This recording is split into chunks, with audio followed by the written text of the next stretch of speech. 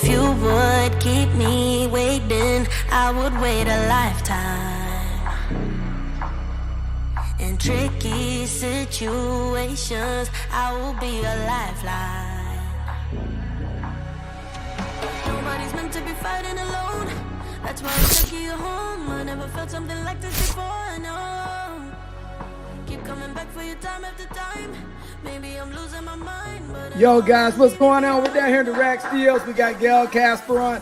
Also, guys, make sure you check out Planetary Design and Rack Mortgages. Just remember, you tell them Embrace the Power sent you, because it'll be down in the link below when you see it later. Click on it and go ahead and order some stuff for Father's Day, or those people that like to hunt outside. Gail, what's happening, girl? Oh my God, it's so great to be here. Thank you for having me. Oh, awesome. Mike G, how you feeling today, brother? I cannot complain. I got new toys, the Stream Deck. Check it out, man. It's dope, man. I'm loving it. Got new little toys, little gadgets, the holidays. It is what it is. Isn't that the most fun? Isn't it the most fun when you can get those gadgets and brand new stuff? Yeah, of course. Hey, well, boys and their toys, man. I love that. I love that. That's like football. Love football. Love to see the guys excited about the game. So. Oh, absolutely. And you got something to cheer about, because Jalen Hurts and them are doing pretty good. So you're an Eagle fan, I take it. Yes, sometimes. I love to watch the players in general. I think that there's some extraordinary talent out there. So across the league. So I kind of keep my eyes open for that. All right, good. Because as long as you didn't say the Cowboys, we'll be okay. I think Philly would shoot me. As you started, you have on your Instagram and a several on your website, you started this kind of men almighty thing. And, in the current environment we're in, where we've been like, and I'm not even going to go down this dark road of 30 years or 15 years plus of ultra feminism. Why did you get into that realm of, starting to talk about, men, some of the issues they're having, but also some of the things they need to kind of, do to go into this 21st century to be just a little bit better at what they do, Well, that I love that question, and I don't mind tapping into feminism or any of that, because I'm a woman. So, and I work very, very hard to attain the goals that I have. Nothing was handed to me.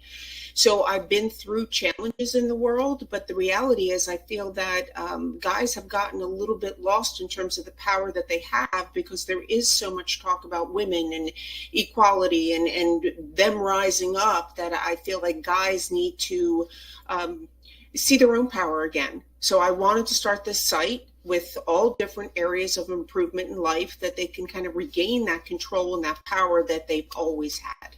Whoa. But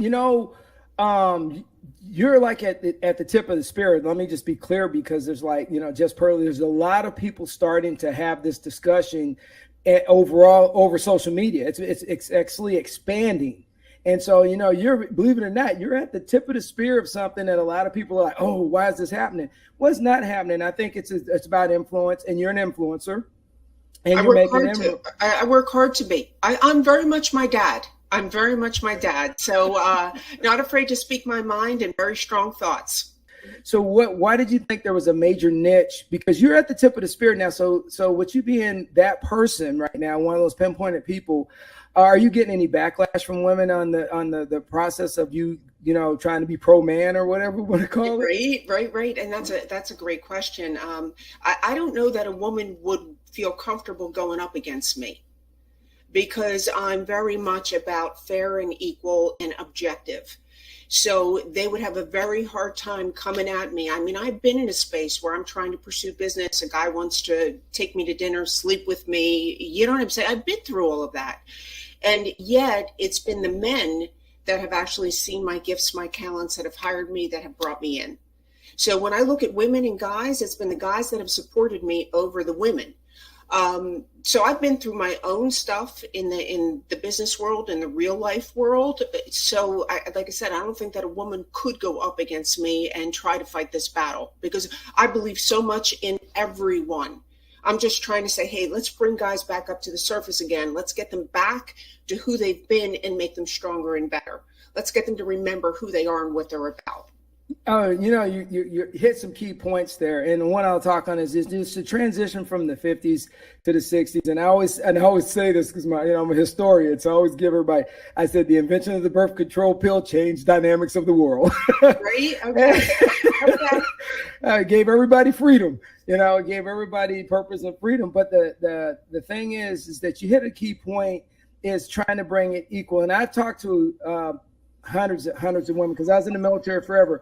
And one, I still remember a soldier telling me a couple months ago when she called me, is that every door that was open for her was opened by a man. And even when she had a female boss, the door was never really, it was cracked, but never open because there was always seems to be some kind of barrier. And it's interesting that we've lost sight of that. Everybody needs a fair opportunity. That's right. And so you say you bring up your dad. So what's his background and how did he influence you? My father was a salesman, went up through the ranks in Sears. And not the Roebuck. Yeah, you know what though? I'm a firm believer that he brought its success when it was at its strongest point. It's when he left that it started to go down. So that I think tells you everything. And very strong values. So really pushed us as kids to raise the bar in life across the board, whether that's work, hard work, values, integrity, doing the right thing. That goes for everybody in my family. Like he was such a strong influence in that way. So, all right, so how many brothers and sisters do you have? One of each. Okay, all right. One of each. And I am the black sheep. I'm absolutely the black sheep. I went out, spearheaded, the entrepreneurship, fighting for the next level, and they're working full-time jobs, and which is all cool. It's all what makes you happy, but they don't get me. They don't. You're on TED Talk, and then you were you've been a spokesperson for different platforms. So your niche in life, what did you see yourself as? You said the word entrepreneur, but that's so wide aperture. So when my point is you're a model. So you have all these different facets of who Gail is. What do you how do you reference yourself since you have such a wide? Right. I know. I classify myself as a world-class speaker and sales trainer, innovator of new sales techniques. So anything that's going to bring thought processes, make me a thought leader, that's, where my strengths lie. So when I'm in front of a group and I've got my processes in place, that's where everything really comes forth, at least for me, my strengths. Oh, welcome, Gail. Welcome. Hi, Mike. How are you? It's great meeting you. You're a dynamic woman because you're your hands in everything. You're motivating people. You're also doing business moves and therefore. So what motivates you? What makes you go? Like you wake up, I don't know if you have any kids or anything, but I mean, what keeps you going? Because you seem like you're busy as hell. I am, people have classified me as the most driven person that they're ever going to meet. Okay. I'm a middle child and I have middle child syndrome. Okay. So I have to achieve. I know that.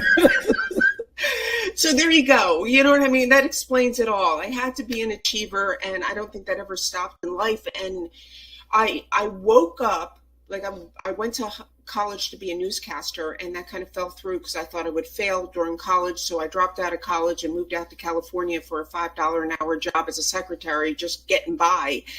And about 10 years later, I found myself fighting for a TV opportunity job where I had no experience. I was out there selling training programs. I came across this company called America's TV Job Network, and they were looking for hosts.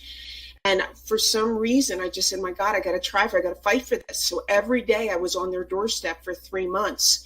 And until the end of the 3 months, when they sat me down and said, look, Gail, we need to have somebody with experience. We're holding auditions next week. I'm sorry. And I said, I'll see you at the auditions. And I went to the auditions. I cried all the way home. But for the next 2 years, for as long as that show was on the air, I was the co-host of America's TV Job. Yeah. Hey.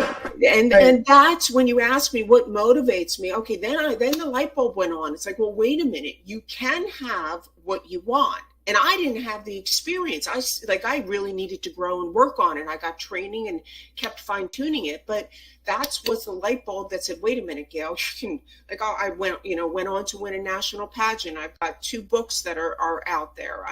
2 TEDx talks, which is really hard to attain. I just push. And I would give that message to anybody out there, guys, girls, doesn't make a difference, but to go after what you want with such resilience that it will open up a door for something else, even if what you want doesn't actually happen. So take the chance, take the risk. It's 2024. Don't leave anything on the table. Go for it. Woo, that's what I'm talking. Power. You just motivated me. That is, and here's what's going to lead to my next point is, as I've looked at the fitness of men over the last few years, and I've seen Gordon Peterson, and everybody talks about men's strength in their hands and men's mentally and physically are not where they need to be. Well, I think social media and just technology has kind of changed Western society. And I always say that, and everybody goes, why do you always say Western society, Vince? And I said, because when you look at other countries that don't have the technology yet, the men are still men. They still have to do those things to survive. So I love the thing is that I went and looked at one of your Men Almighty magazines, and I was reading through it, and it was just like getting back to basics, and I went back to a Max Strong thing, like men need to get back out hunting, men need to get back out shooting their guns. And that, hunting, I here or there, I do more shooting than I do anything. Fishing, just doing what we call guy stuff. So and I saw you wrote something in one of the articles about brotherhood. So you think men still need to get back to their tribe? Yeah, back to basics is awesome. I think that's so critical. Where my heart goes out to guys is, and this is across for anyone, women, guys, doesn't really make any difference, but with men in particular, is that we're living in a very tough society today. We're struggling to pay bills, to take care of families. Maybe it's a broken home and there's a divorce, and you're a single dad now, and you're trying to figure out how to make this world work, even if you're not a single dad.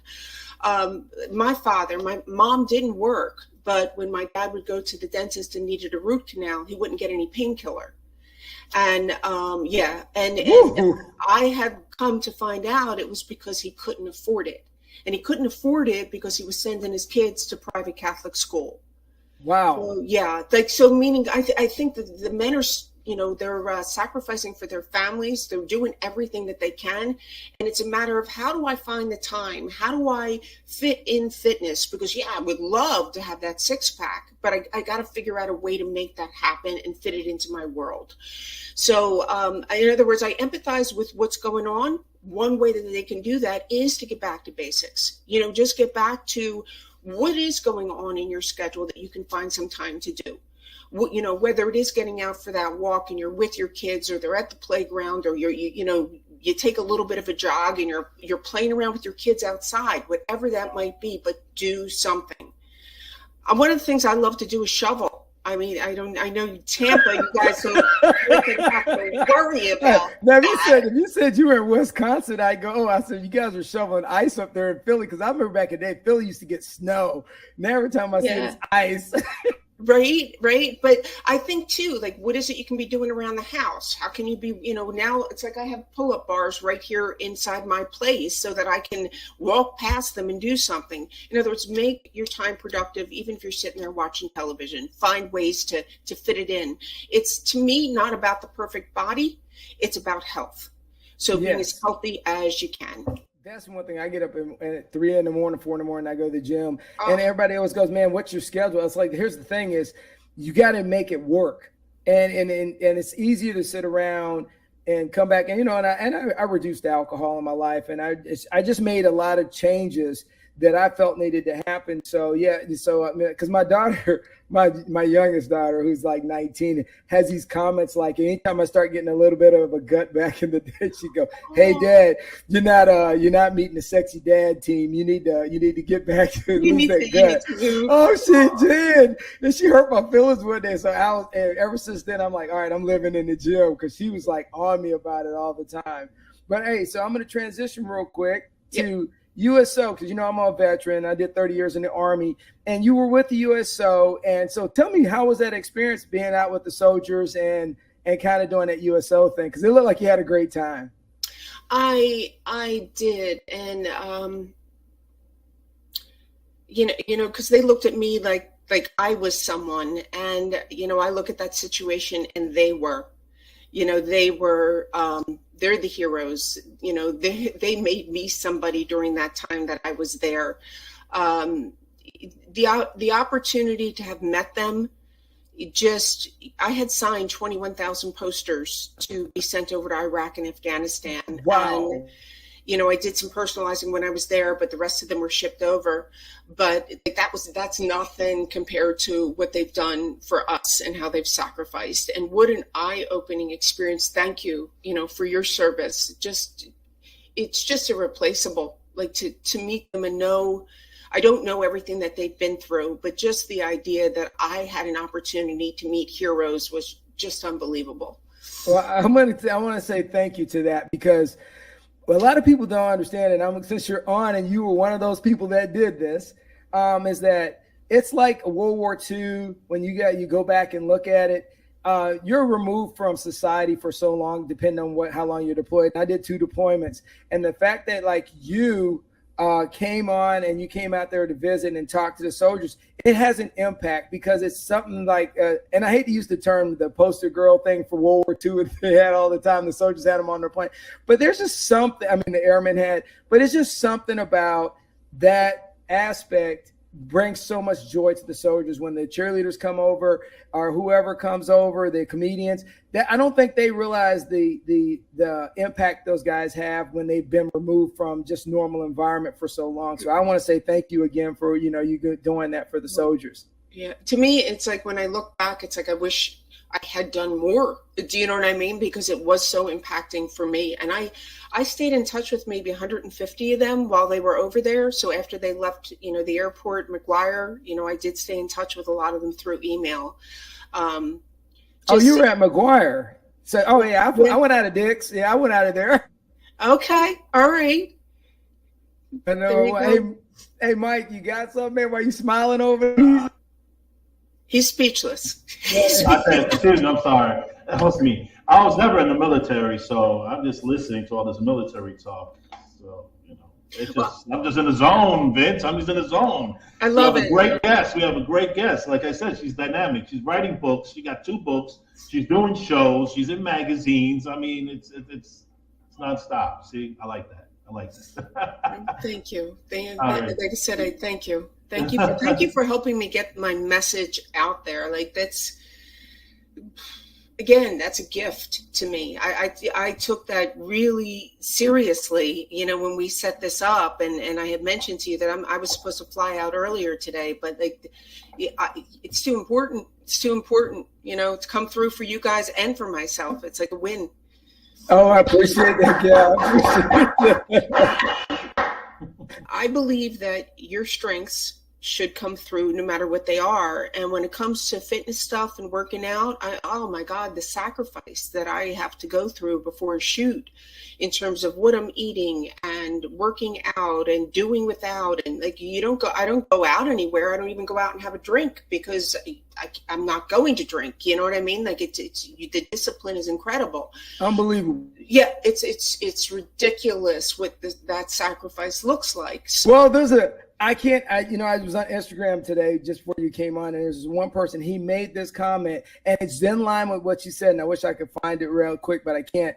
He literally stated this. He goes, why are we promoting body positivity when you really should stand back and look and appreciate hard work, and that people staying in shape and the amount of work it takes to be able to stay in shape and maintain a lifestyle? Why is it being put to the backside, and we're promoting and making it okay to be out of shape and know your truth or whatever he said? But he really brought me to thinking that, the people that get up in the morning and put themselves through the diatribe of trying to stay fit, that should be, he said, everybody can't do it. That should be, kind of celebrated, not ostracized. Yeah, it absolutely should be. And I get frustrated. I will tell you, I get frustrated because I hear women, I've had a hard time losing weight. I have a hard time doing that. I've had my own issues, my own health issues that I have to fight through to maintain my shape. There's no easy route for anything. I just now have to work harder. But there is a way to figure things out. I think that people just don't try. You know, I have to come up with answers, and to the point that I annoy people because I have to come up with the answers, and I'll do the research until I find those answers, or I'll try different things until I figure it out. But believe me, I've been through my own health stuff. So like, you know, being thinner is not, it didn't just come to me in life. That's not just my, you know, the way that I've been. I have to work at it. And I think that's what's important that people need to get, is that if they can find a mentor in the fitness world that has figured some of those things out, that does have a plan in place, and you are willing to follow it. So don't, you know, say, okay, yeah, I need that plan, but wow, that's hard. So I don't really feel like doing that. Then you're not going to have the results. So, yeah, and I am a certified fitness trainer, but you really got to figure it out. You got to figure it out. Add that on the list, everybody. Add that on the list. An author, a motivational speaker, a fitness trainer, a model. Come on, man. And it keeps on going. The shit keeps on coming. Oh my God, I love you guys. My God, it's like the best good. thing ever. If I got all caught up in, you know, what's going to happen, you know, to people in their 30s, what's going to happen to people in their 40s, what's happened to me in the past, then I wouldn't have accomplished all the things that I have. So I don't reflect on, sit and think about, just like with the guy thing. I don't sit there and say, oh my God, you know, it's hard for women. I don't sit there and say that. I go after my goals, and whatever happens in that process happens.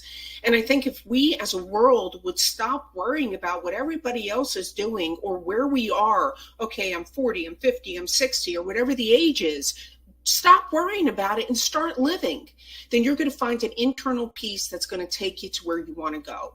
But this bullshit about like worrying about, you know, what other people are thinking or saying or where they're at is not helping anybody, and it certainly isn't helping them. Well, I mean, it's contributed to like the mental health of our society. I mean, the amount of rants I see on Instagram, sometimes I literally go, you know, you might need to go jog or something, you know. And I think that is the key. The more unhappy you are in your life, the more you're going to attack other people. Start finding who you are. Start building those strengths. Start working toward your goals. Forget about everybody else. Because that's really what's happening, is that I'm not happy with myself. Well, you're not happy with yourself, then go out there and start living. Stop sitting on your ass, do something about it. That was Max Strong's message last week. I don't know how hard it is just to get outside and do something. I'm a David Goggins fan anyway, so you know. All right, I love him too. I think he's awesome. So what advice would you give modern men today in our society if you know, you've talked to hundreds of men on different things? I read your book. You've talked to dating coaches. What are some of the advice nuggets you've taken since you've taken on this challenge? What are some of the things you've learned that you say, hey, you know, if you had to give a message out to young men today about dating, what would you tell them? Work on confidence would be the number one thing that I would say, is in this confusing world of guys, girls, you know, who's what, where, and rising above, figure out who you are, work on you. Don't worry about, I got to find a girl. I got to find a girl. I got to, you know, I want her to be hot. I want her to be this. You know, worry about building yourself. Worry about education. Worry about, you know, finding a hobby that you are so skilled at and so talented at that a girl is attracted to you. So find that space that you fit into it. It's all about you, and the world is attracted to who you are. It's really the same advice that coaches give to women when they're dating. Stop worrying about going out to marry a guy and start to live your life. For guys, I would say work on all different elements of you, but build that confidence. Right. And it comes to building wealth. And advice I get, because I coach football, the advice I give young men all the time is, from 18 to 30, you need to try to build your wealth. You need to stop worrying about who's driving the Ferrari, who's driving the Lambo. You need to be focused on this. And I realize they're inundated with all this stuff from the Tates and everybody else that's on media about all these toys that boys have. But the thing is, that's a 1%, and you need to look at it from a different lens, as in, I got to build my wealth and grow who I am first. And I think that's a big, today, the messaging is so, young men are conflicted with the messaging today. Yeah, and you're in a great space because they're trying to build excellence, in a sport. They're trying to build excellence, and that they have to. Like, if I were in that space where I'm just working with a bunch of young men, it would be about posture and public speaking and refinement in those areas, that they would have that power in themselves to take it forward into college and after college and work and all of those things. Meaning they've got to start to take life seriously now. The discipline is key now, so that in the future it becomes easier for them, because life is never easy to begin with. Oh yeah, you're absolutely right, and it's the coaching and mentor. We used to have a saying back in the day when I was coming up, is my boss used to always say, "Hey Vince, my job is for you to replace me." We don't really do that anymore in our society. There's the mentoring. So do you have any like groups or anything that you do right now that you kind of try to help people navigate the world? And then you have coaching on there, but do you kind of have groups that you meet with to kind of just talk to people about the next level in their life? I would say have people email me directly, and I can figure out more about what their situations are and then redirect them in certain spaces. So have people email me. All right. So you want them to go to your website, or do you want them to go DM you? They can DM me on Instagram. That's totally cool. I get all my DMs, or they can go to gail@gailkasper.com. That is my personal email address. So yeah, I was shocked when we wrote. We were like, well, let's see if Gail will come on the show. We were shocked when you wrote me like right back. I was like, what? I said, Mike. I said, she wrote us right back. I said, all right, too cool, too easy, man, too easy. I know. It's to me, that is like you get back to people, you respond, you take responsibility when you don't. Like I was supposed to have a conference call a week ago, and it was the second time I missed the call. And I'm like, I got to call this woman and just I just screwed up. Like, own it. Crap happens, and just own it. I said, I can't just text her back and say, sorry, missed it. I had to call her and say, right. I am really a screw up, apparently. You got to go old school. Oh my God. Like own it in life. Don't run from it. Again, that's just another message across the board, to take responsibility. I don't see enough of that. People hide, and ultimately, you're going to be a conflict within yourself when you hide. It's the freedom of saying, yeah, I screwed up, or whatever that might be, however you handle it, that will enable you to be at peace with yourself. So yeah, that accountability piece. Hey, Mike, before we get out of here, what you got, Mike G? Man, it's been a great pleasure, Gail, to have you on the show. Thank you. It's a great time right now going into the new year. It's going to be the second New Year's show on our caliber. Thank you. And I wish you a good trip. And it's great to have you. Thank you so much for having me here. Thank you. Hey, Gail, you stay blessed, and I appreciate you so much for taking the time to come out on the show and hit up with us. And as me and Mike G always say, keep it rolling. Thank you so much. Thank you for having me, Vince. It's been great. I could have talked to you guys all day.